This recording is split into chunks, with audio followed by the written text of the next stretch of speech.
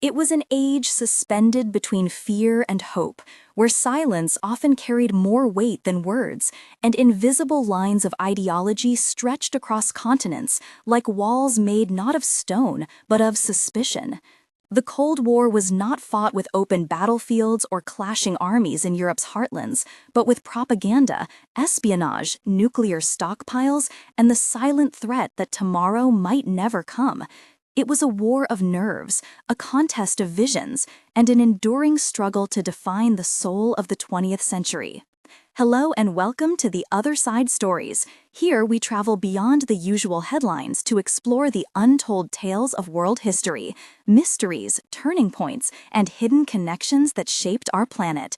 If you love discovering how the past still echoes in our present, you're in the right place. Let's uncover the other side of history together. When World War II ended in 1945, the world was left in ruins. Cities lay shattered, millions were displaced, and nations that had once been powerful empires were now weak and exhausted. Yet out of this devastation, two new giants emerged, both claiming to hold the blueprint for humanity's future.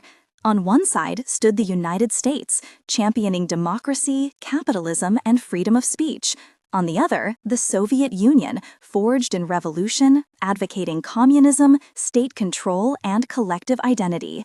Between them, the world became a chessboard, and every nation a potential pawn, rook, or knight in their global struggle. The seeds of rivalry were planted even before the war ended. In 1945, as Allied soldiers celebrated victory in Europe, cracks began to show at conferences in Yalta and Potsdam.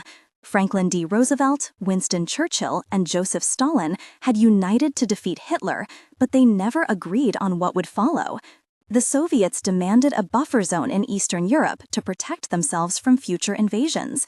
The Americans and British, in turn, wanted self-determination and free elections for the newly liberated nations. It was a collision of dreams. Security for one meant domination for the other, and freedom for one seemed like vulnerability to the other.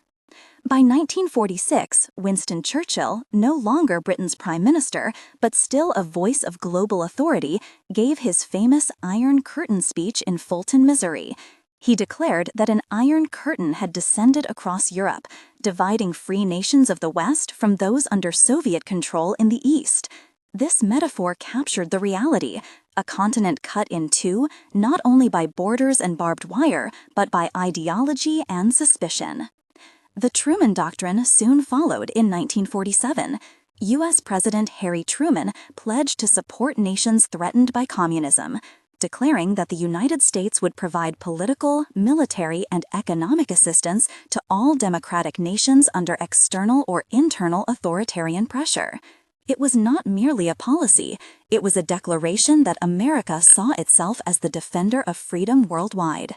To back it up, the Marshall Plan poured billions of dollars into rebuilding Western Europe, ensuring prosperity and political stability that would tie those nations firmly to the capitalist model. The Soviets responded with their own vision. They created Comecon, an economic organization for communist states, and tightened their grip on Eastern Europe through satellite governments. Poland, Hungary, Czechoslovakia, East Germany, Romania, and Bulgaria all found themselves under the shadow of Moscow. To dissent was dangerous. To resist often meant imprisonment or worse. The Iron Curtain was no longer just a metaphor. It was real, reinforced by secret police, censorship, and tanks in the streets. Then, in 1948, Berlin became the epicenter of confrontation. Germany had been divided into 4 zones of occupation, but its capital, Berlin, lay deep within the Soviet sector. When the Western Allies introduced a new currency in West Berlin, Stalin saw it as a threat. He cut off all road, rail, and canal access to the city, hoping to starve West Berlin into submission. The Western response was bold: the Berlin Airlift. For nearly a year, American and British planes flew around the clock, dropping food, fuel, and supplies into the isolated city. Pilots risked storms, mechanical failures, and Soviet harassment to keep 2 million people alive. In the end, the blockade failed, and West Berlin remained free. But the episode solidified the division of Germany and proved that this Cold War was not just rhetoric, it was survival. By 1949, the world saw the formalization of rival blocs. NATO, the North Atlantic Treaty Organization, was created to defend Western Europe against Soviet aggression. Its motto was simple: an attack on one is an attack on all. In response, the Soviets eventually formed the Warsaw Pact in 1955, binding Eastern Europe into a military alliance. Europe was now fully polarized, with armies, tanks, and missiles pointed across the borders in a tense standoff. That same year, 1949, brought another shock. The Soviet Union successfully tested its first atomic bomb. Until then, the United States had held a monopoly on nuclear power, a trump card that gave it unparalleled strength. Now, that monopoly was shattered. The world entered an era of mutual fear, each side capable of annihilating the other. The arms race had begun. The 1950s became a decade defined by this tension. In Asia, the Cold War turned hot. In 1950, North Korea, supported by the Soviets and later China, invaded South Korea. The United States and United Nations forces rushed to defend the South. The Korean War was brutal, with devastating battles, shifting front lines, and horrific civilian casualties. After 3 years of conflict, millions were dead, and the peninsula remains divided along the 38th parallel, a line that still divides North and South Korea today. It was the first proxy war of the Cold War, a place where the superpowers fought indirectly through local allies, while the threat of escalation loomed constantly overhead. Back in the United States, fear of communism gripped society. Senator Joseph McCarthy launched a campaign to root out supposed communists in government, media, and the arts. Careers were destroyed, reputations ruined, and paranoia spread. It was called the Red Scare, a reminder that the Cold War was not only fought abroad, but also within the hearts and minds of citizens at home. Meanwhile, the Soviets tightened their hold on Eastern Europe. Any sign of independence was crushed. In 1956, Hungarian students and workers rose against Soviet domination, demanding freedom and democracy. For a brief moment, it seemed possible. But when Soviet tanks rolled into Budapest, thousands were killed and the revolution was brutally suppressed.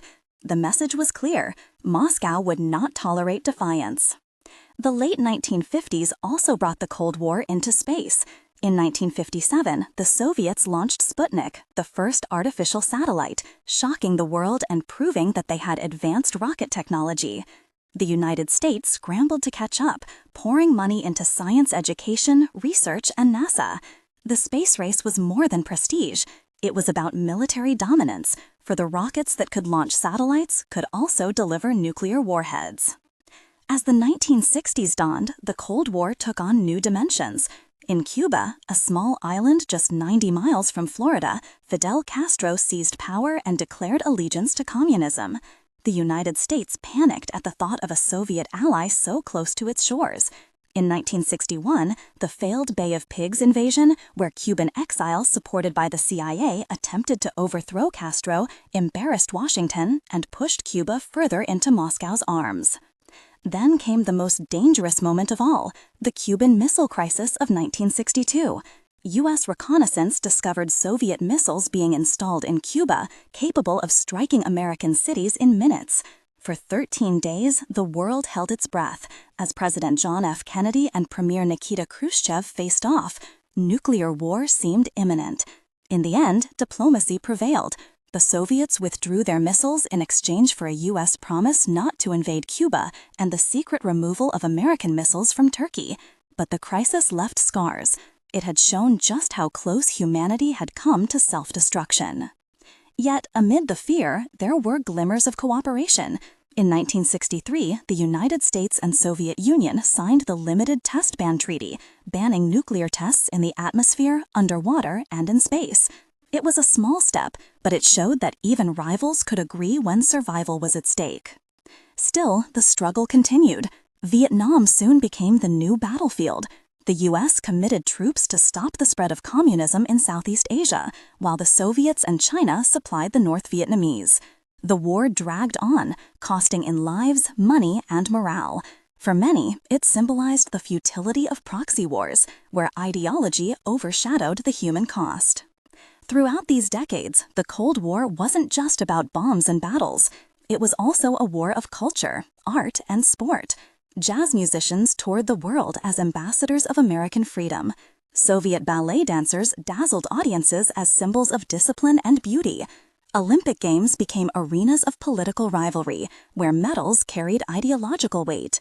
Films, literature, and even children's cartoons reflected the anxieties of the age. Superman fought for truth, justice, and the American way, while Soviet cinema celebrated collective heroism. Espionage, too, became legendary. Double agents, secret codes, and shadowy exchanges on Berlin bridges captured the public imagination. Figures like Kim Philby in Britain and Eldridge Ames in America betrayed secrets to the other side, proving that loyalty was never guaranteed. Intelligence agencies like the CIA and KGB. The 1960s, though tense and turbulent, marked a shift in the Cold War's rhythm. After the terrifying brinkmanship of the Cuban Missile Crisis, both superpowers began to realize that the path of constant escalation was unsustainable. The concept of détente, a relaxation of tensions, began to take root. Yet, détente did not mean the rivalry had ended. It merely changed its form, reshaping the battlefield from open confrontation to strategic maneuvering. Europe remained divided, with the Berlin Wall standing as the most visible scar.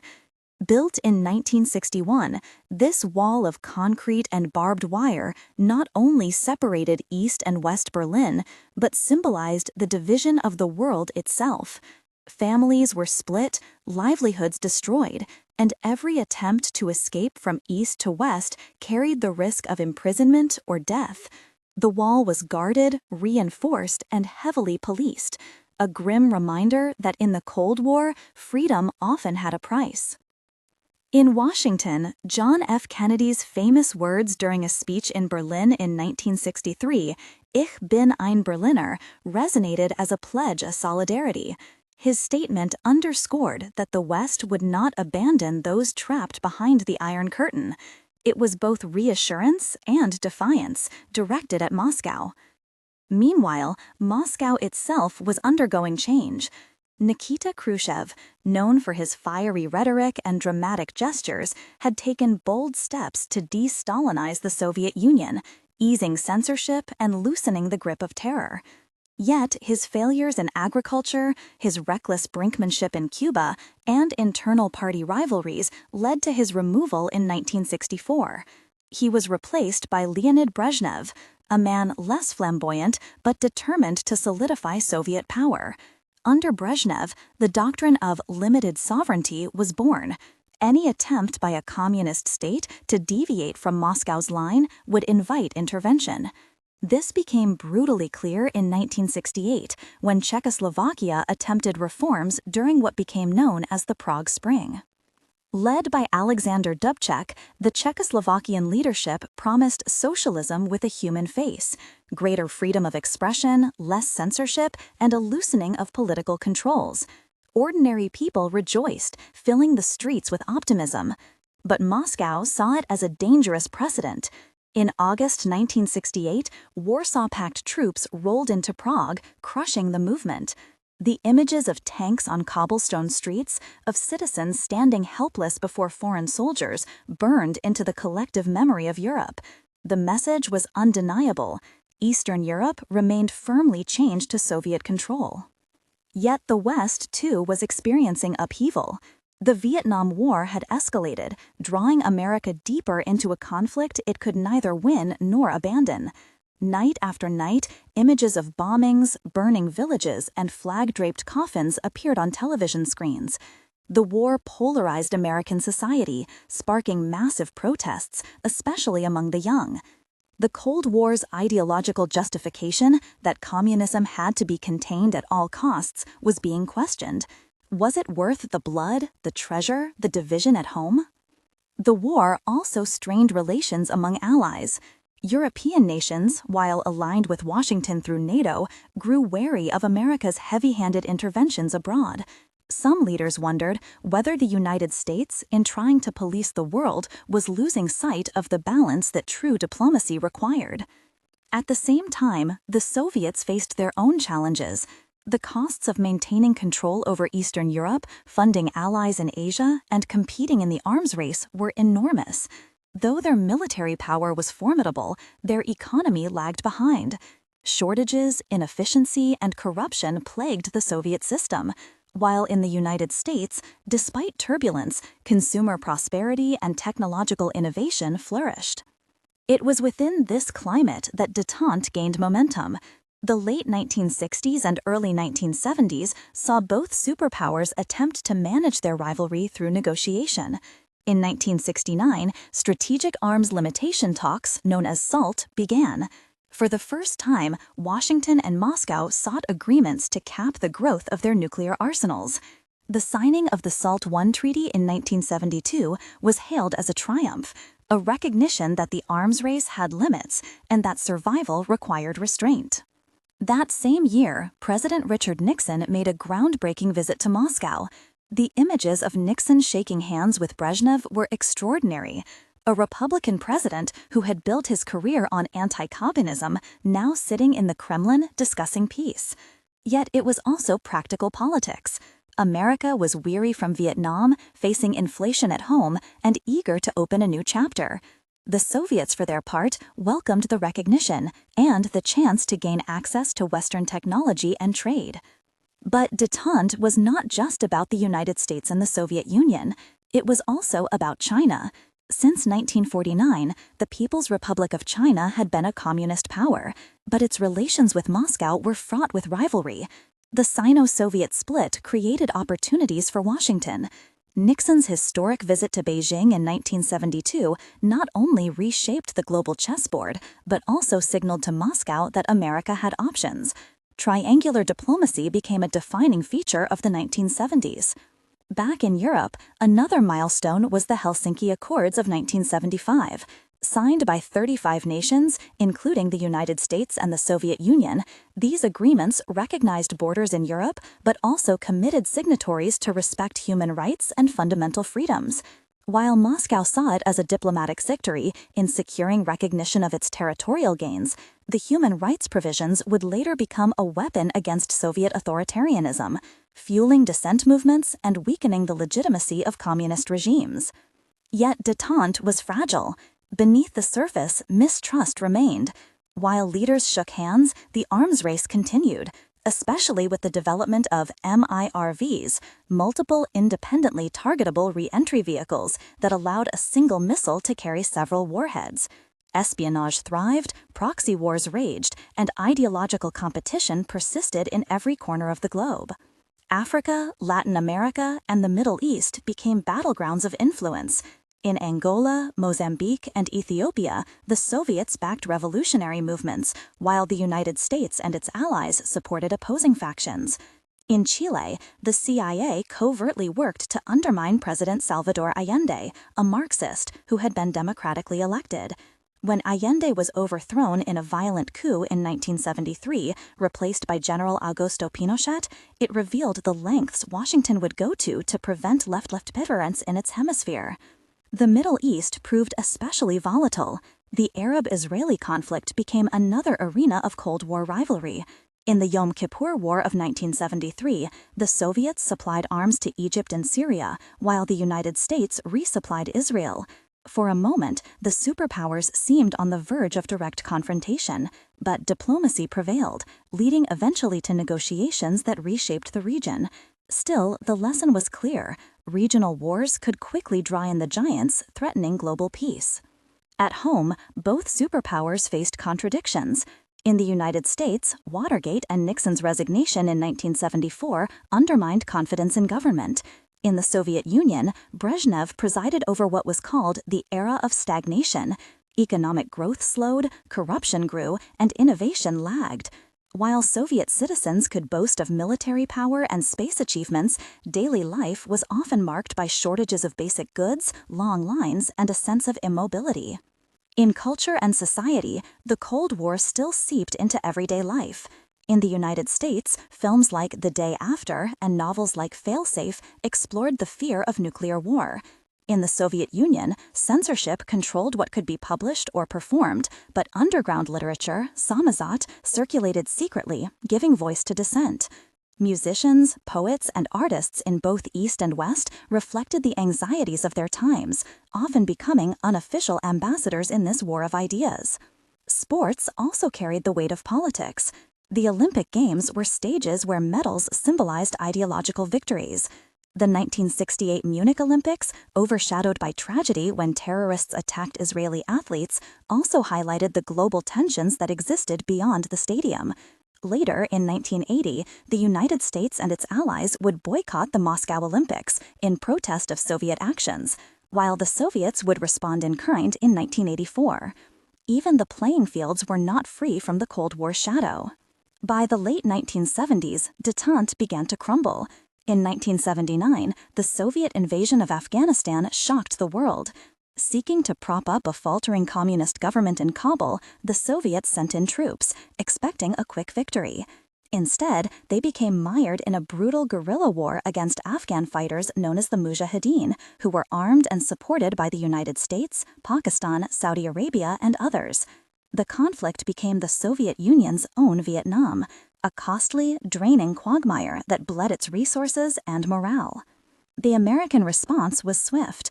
President Jimmy Carter declared the invasion a violation of international law and an act of aggression. The U.S. boycotted the 1980 Moscow Olympics, imposed sanctions, and withdrew from SALT II. Détente was over. The Cold War had entered a new, colder phase, one that would intensify in the decade to come. The election of Ronald Reagan in 1980 signaled a dramatic shift. Reagan viewed the Soviet Union not as a partner for negotiation, but as... When Mikhail Gorbachev rose to power in 1985, he was only 54 years old, remarkably young compared to his predecessors. His ascension marked a turning point, for he represented a new generation of Soviet leadership, less tied to the memory of World War II and more aware of the urgent need for change. Gorbachev was charismatic, pragmatic, and willing to question old dogmas. Above all, he understood that the Soviet Union was crumbling from within. The Soviet economy had stagnated for years. Central planning created inefficiencies, shortages were common, and corruption had eaten away at the state's credibility. While the United States surged ahead in technology, consumer goods, and global influence, the Soviet Union seemed stuck in place. Worse, the costly arms race and the quagmire of Afghanistan drained resources that could have been spent at home. Gorbachev knew that unless reforms were enacted, the system might collapse under its own weight. Thus came two powerful concepts, glasnost and perestroika. Glasnost, or openness, meant a new transparency in government and society. Censorship was relaxed, freedom of expression expanded, and topics once considered taboo, such as the Stalinist purges or the failures of Soviet agriculture, were openly discussed in newspapers and on television. For the first time in decades, Soviet citizens could debate their history and their future without fear of immediate reprisal. Perestroika, or restructuring, aimed at reforming the economy. It sought to introduce limited market mechanisms, decentralize control, and allow some private enterprise. The goal was to revive productivity and efficiency without abandoning socialism entirely. But perestroika was risky. Loosening the grip of the state also loosened its control over society, and once change began, it could not be contained. Meanwhile, in the United States, President Ronald Reagan initially took a hardline stance, calling the Soviet Union the evil empire. Yet even Reagan recognized that endless confrontation was unsustainable. After a tense early relationship, Reagan and Gorbachev met in a series of historic summits. The Geneva Summit in 1985, the Reykjavik Summit in 1986, and later meetings in Washington and Moscow marked a thaw in relations. At Reykjavik, the two leaders came close to an extraordinary agreement to eliminate nuclear weapons altogether. Though the talks ultimately broke down over Reagan's insistence on continuing the Strategic Defense Initiative, the very idea showed how far the world had come since the days of constant escalation. By 1987, the breakthrough arrived with the signing of the Intermediate Range Nuclear Forces Treaty, INFAR Treaty, which eliminated an entire class of nuclear missiles. For the first time, the superpowers were not just limiting weapons, but destroying them. While diplomacy progressed, events within the Soviet bloc spiraled. Glasnost encouraged demands for freedom across Eastern Europe. Dissident groups gained confidence, underground publications spread ideas, and people began to question why their governments continued to obey Moscow. The old fear was fading, replaced by hope. Poland became the epicenter of this change. The Solidarity movement, led by Lech Walesa, had emerged in the early 1980s as a trade union challenging the communist regime. Though initially suppressed by martial law, Solidarity survived underground. By the late 1980s, economic crisis and public pressure forced the government to negotiate. In 1989, free elections were held and Solidarity swept into power, marking the first peaceful transition away from communism in the Eastern Bloc. The domino effect began. In Hungary, the government opened its border with Austria in 1989, allowing East Germans to flee to the west. Thousands poured across, creating a chain reaction that no wall could contain. East Germany's leadership faltered, unable to maintain control. Protests swelled in Leipzig, Dresden, and Berlin itself, with citizens chanting for freedom. The Berlin Wall, long the ultimate symbol of division, now stood vulnerable. On November 9, 1989, a miscommunication by East German authorities led to border crossings being opened. Crowds surged, guards stood aside, and suddenly, after 28 years, the wall was breached. Families embraced, hammers and chisels tore at the concrete, and the world watched in awe as a city and a people were reunited. The fall of the Berlin Wall was not just the collapse of a barrier, it was the collapse of the Cold War's very foundation. Elsewhere, revolutions spread. In Czechoslovakia, the Velvet Revolution brought down the communist regime with peaceful protests, led by playwright Václav Havel. In Bulgaria, longtime leader Todor Zhivkov was ousted. In Romania, however, the change was violent. Nicolae Ceausescu, the dictator who ruled with iron fists and personality cult, was overthrown and executed after mass demonstrations and a brief but bloody revolt. By 1990, Eastern Europe was transformed. Nations that had lived under Soviet domination for decades were now free to choose their own path. The Warsaw Pact unraveled, and the very idea of a communist bloc was disintegrating. Within the Soviet Union, the pressure mounted. Nationalistic movements surged in the Baltic states, Lithuania, Latvia, and Estonia, demanding independence. In the Caucasus and Central Asia, ethnic and political tensions flared. Gorbachev found himself caught between reformers who wanted faster change and hardliners who resisted any weakening of central control. The coup attempt of August 1991 revealed how fragile the system had become. Communist hardliners, desperate to preserve the old order, placed Gorbachev under house arrest while he was vacationing in Crimea. But the coup collapsed within days, thanks largely to mass resistance in Moscow and the defiance of Boris Yeltsin, then president of the Russian Federation.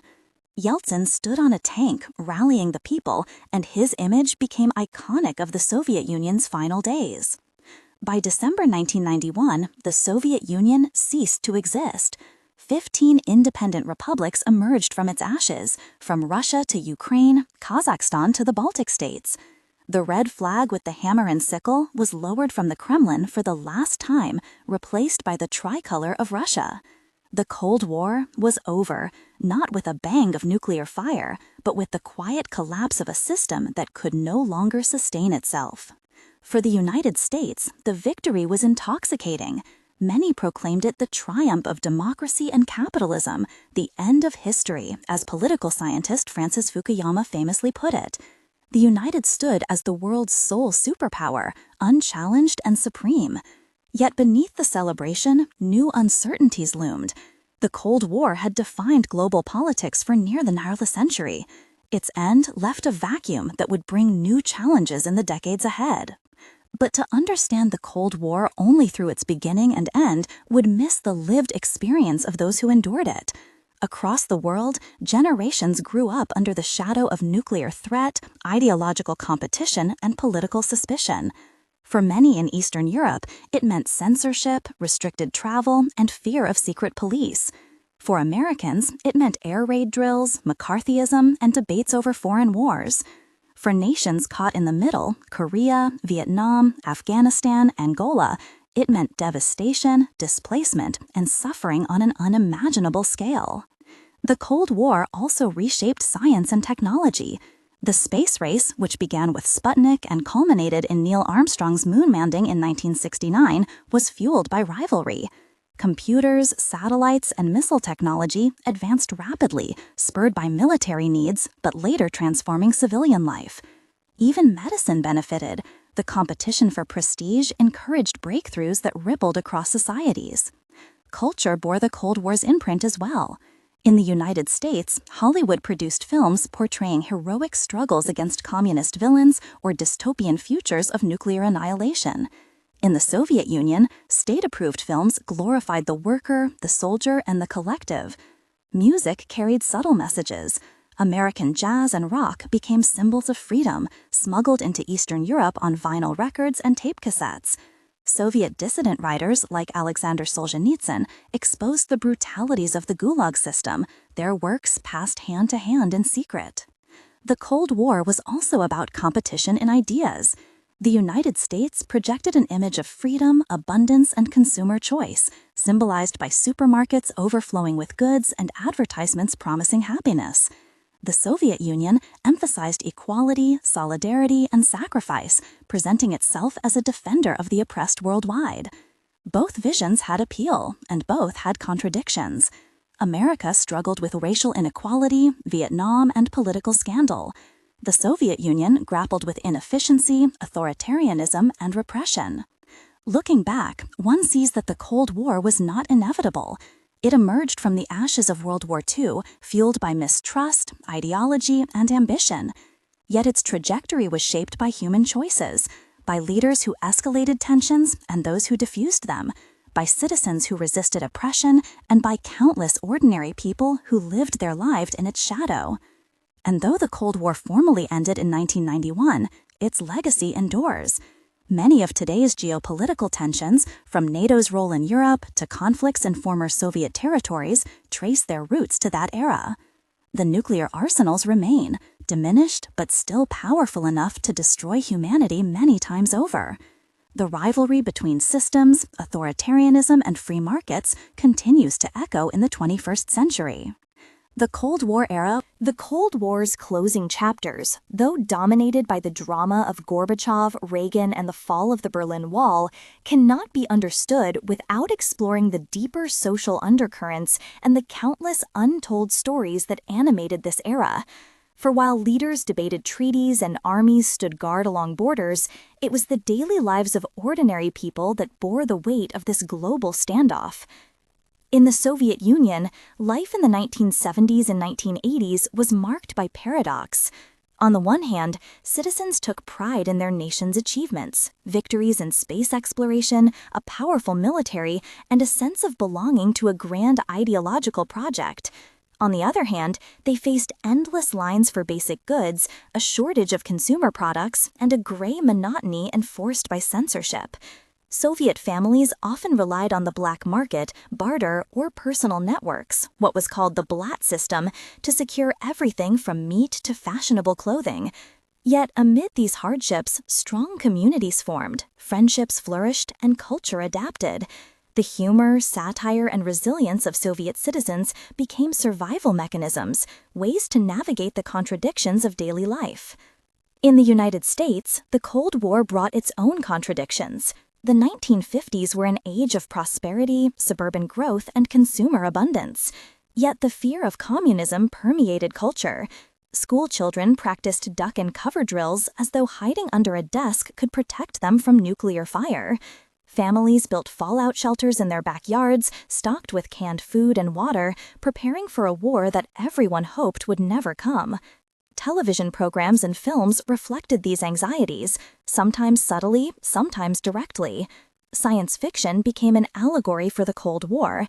Alien invasions symbolized communist infiltration, while dystopian futures warned of nuclear annihilation. Espionage culture seeped into popular imagination too. The spy novel, epitomized by writers like John le Carré and Ian Fleming, captivated audiences. James Bond, suave and invincible, embodied Western confidence, while le Carré's morally ambiguous spies captured the gray complexities of a world where truth and loyalty were blurred. For Soviet citizens, state-produced literature and cinema often depicted Western decadence and corruption, contrasting it with the supposed virtue and solidarity of the socialist system. Meanwhile, the arms race shaped not only military planning but also science and industry. The race to develop intercontinental ballistic missiles, nuclear submarines, and stealth aircraft spurred vast technological innovation. Yet this innovation came with immense cost. By the 1980s, the United States was spending billions on defense annually, while the Soviet Union allocated an even larger percentage of its economy to maintain military parity. For the Soviets, this burden was crushing. Resources that might have improved living standards were instead consumed by tanks, warheads, and warplanes. The rivalry extended beyond Earth itself. The space race, which had begun with Sputnik in 1957, reached a symbolic climax when Neil Armstrong set foot on the moon in 1969. One small step for man, one giant leap for mankind, echoed not only as a triumph of human ingenuity, but also as a declaration of American supremacy in the technological duel with the Soviet Union. Yet the Soviets did not concede defeat. They celebrated their own milestones, from Yuri Gagarin's pioneering orbit in 1961 to the development of long-term space stations like Mir. Even in orbit, Earth superpowers faced one another across an invisible divide. Beyond the technological contest, the Cold War was profoundly global. Nations in Africa, Asia, and Latin America became arenas for proxy struggles. In Afghanistan, Soviet-backed forces fought American and South African-supported factions, turning rugged mountains into a crucible of Cold War confrontation. In Central America, Nicaragua's Sandinista government clashed with U.S.-backed Contras, while El Salvador endured a brutal civil war fueled by Cold War dynamics. These conflicts often devastated the local populations, leaving behind legacies of violence, displacement, and instability. For the superpowers, they were chess moves in a global contest. For the people who lived through them, they were tragedies of unimaginable scale. The 1980s, though marked by rising confrontation under Reagan's early presidency, also revealed how fragile the Soviet system had become. By then, young Soviets compared their own lives with images from the West, smuggled through magazines, television broadcasts, and even fashion catalogs. Western jeans, rock music, and consumer electronics became symbols of freedom, sparking a cultural rebellion among youth. The Beatles, banned in the Soviet Union, were nevertheless adored. Tapes were copied and passed secretly, their songs sung quietly in dorm rooms and kitchens. Music, more than propaganda, revealed the cracks in the Iron Curtain. The church, too, played an unexpected role in Eastern Europe. In Poland, the election of Karol Wojtyła as Pope John Paul II in 1978 galvanized resistance to communist rule. His visits to Poland inspired millions, reinforcing the idea that spiritual identity and national pride could stand against political oppression. His presence emboldened solidarity and deepened the crisis of legitimacy for the Polish regime. Meanwhile, in the United States, the Cold War reshaped politics and culture. Defense spending surged, with programs like the B-1 bomber and Trident submarines expanding America's arsenal. The Strategic Defense Initiative, though ridiculed as Star Wars, symbolized a vision of technological superiority that unsettled Soviet planners. Television news, now broadcasting instantly across the world, amplified both fear and diplomacy. A speech by Reagan declaring, "Mr. Gorbachev, tear down this wall," in Berlin in 1987 captured the mood of defiance and hope, though few could imagine how soon those words would become reality. The late 1980s unfolded like a cascade of history breaking free. One by one, communist governments in Eastern Europe collapsed, not through foreign invasion, but through the will of their own people.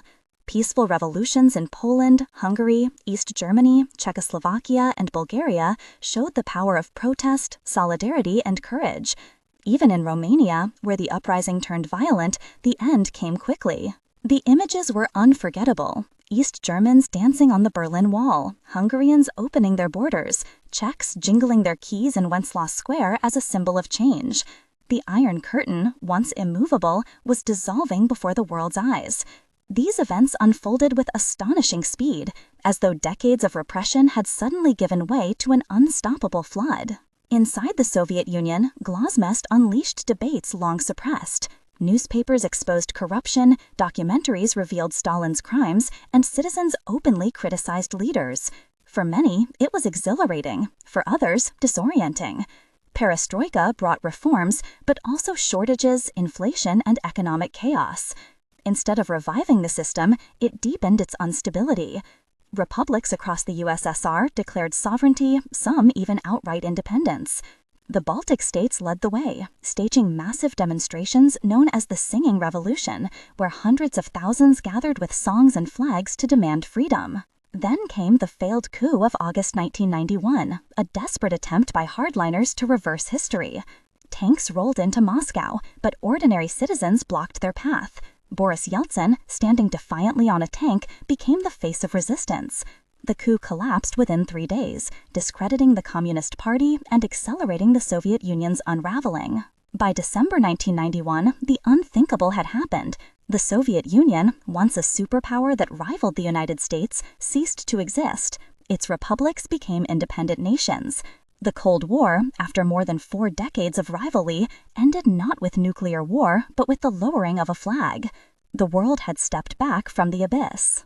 The aftermath was both triumphant and uncertain. For the United States, the Cold War's end was seen as victory, a validation of democracy, capitalism, and resilience. For the former Soviet republics, it was liberation, but also upheaval. Economic hardship, political instability, and the challenge of building new identities defined the 1890s. For Eastern Europe, integration into Western institutions like NATO and the European Union brought both opportunity and challenge. Yet the Cold War's legacy continues to shape the modern world. Nuclear weapons remain, treaties are fragile, and the memory of ideological rivalry still influences global politics. In Russia, nostalgia for Soviet strength coexists with the trauma of collapse. In the United States, debates about intervention, defense spending, and global leadership remain deeply tied to Cold War experiences. The Cold War was not simply a geopolitical conflict. It was a lens through which generations viewed their world. It influenced art, science, education, family life, and even the dreams of children who grew up under its shadow. Its echoes remain in the present, reminding us that history never fully disappears. It lives on in the structures, choices, and memories we carry forward. The Cold War's ending was not simply the collapse of a political system or the toppling of walls. It was the transformation of an entire worldview. For nearly half a century, humanity had lived in the shadow of superpower rivalry, where every local conflict, every diplomatic gesture, every technological achievement was filtered through the prism of East versus West. When that prism shattered in 1991, the world entered uncharted territory. The United States emerged as the sole superpower, and many believed the new era would be one of peace and stability. Francis Fukuyama famously wrote of the end of history, suggesting that liberal democracy had triumphed and no serious ideological rival remained. Indeed, the 1990s were marked by optimism. The spread of globalization, the rise of the internet, and the expansion of free markets seemed to herald a new age. Eastern European nations rushed to join NATO and the European Union, eager to secure themselves within the Western fold. The Cold War appeared to be not only over, but decisively won. Yet, history is never so simple. The Cold War's legacies remained embedded in global structures. NATO, formed to counter the Soviet threat, did not dissolve with the USSR's collapse, but instead expanded eastward. For Russia, weakened and humiliated, this expansion planted seeds of resentment that would resurface decades later. The nuclear arsenals, though reduced, remained potent. Treaties such as START and INF curbed weapons, but mistrust never vanished entirely. The former Soviet republics faced immense challenges. Russia underwent a chaotic transition to capitalism, marked by privatization, oligarchs, and economic collapse in the 1990s. Ukraine, the Baltic states, and Central Asia navigated their own paths, balancing independence with the pressures of geography and history. Ethnic conflicts erupted in places like the Caucasus, reminding the world that the end of the Cold War did not mean the end of violence. In the United States, victory in the Cold War brought confidence, but also overextension. As the world's policeman, America intervened in conflicts from the Balkans to the Middle East. Some saw this as the natural role of the world's sole superpower. Others warned of hubris, of lessons forgotten from decades of Cold War entanglements. Looking back, the Cold War was not a single story, but many intertwined. It was the story of leaders, Truman, Stalin, Kennedy, Khrushchev, Reagan, Gorbachev, whose choices steered the course of history. It was the story of revolutions and uprisings, from Hungary in 1956 to Prague in 1968, from Poland's solidarity to the Velvet Revolution.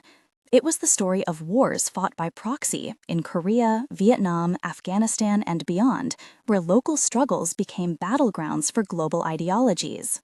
It was also the story of ordinary lives, of children practicing air raid drills, never truly understanding the terror of nuclear fire, of families divided by walls and borders, yearning for reunion, of scientists and engineers pushing the limits of knowledge, driven by competition, yet leaving legacies that transformed daily life, of artists, writers, and musicians whose works reflected both fear and hope, often carrying messages more powerful than propaganda. Perhaps most importantly, the Cold War was a story of restraint.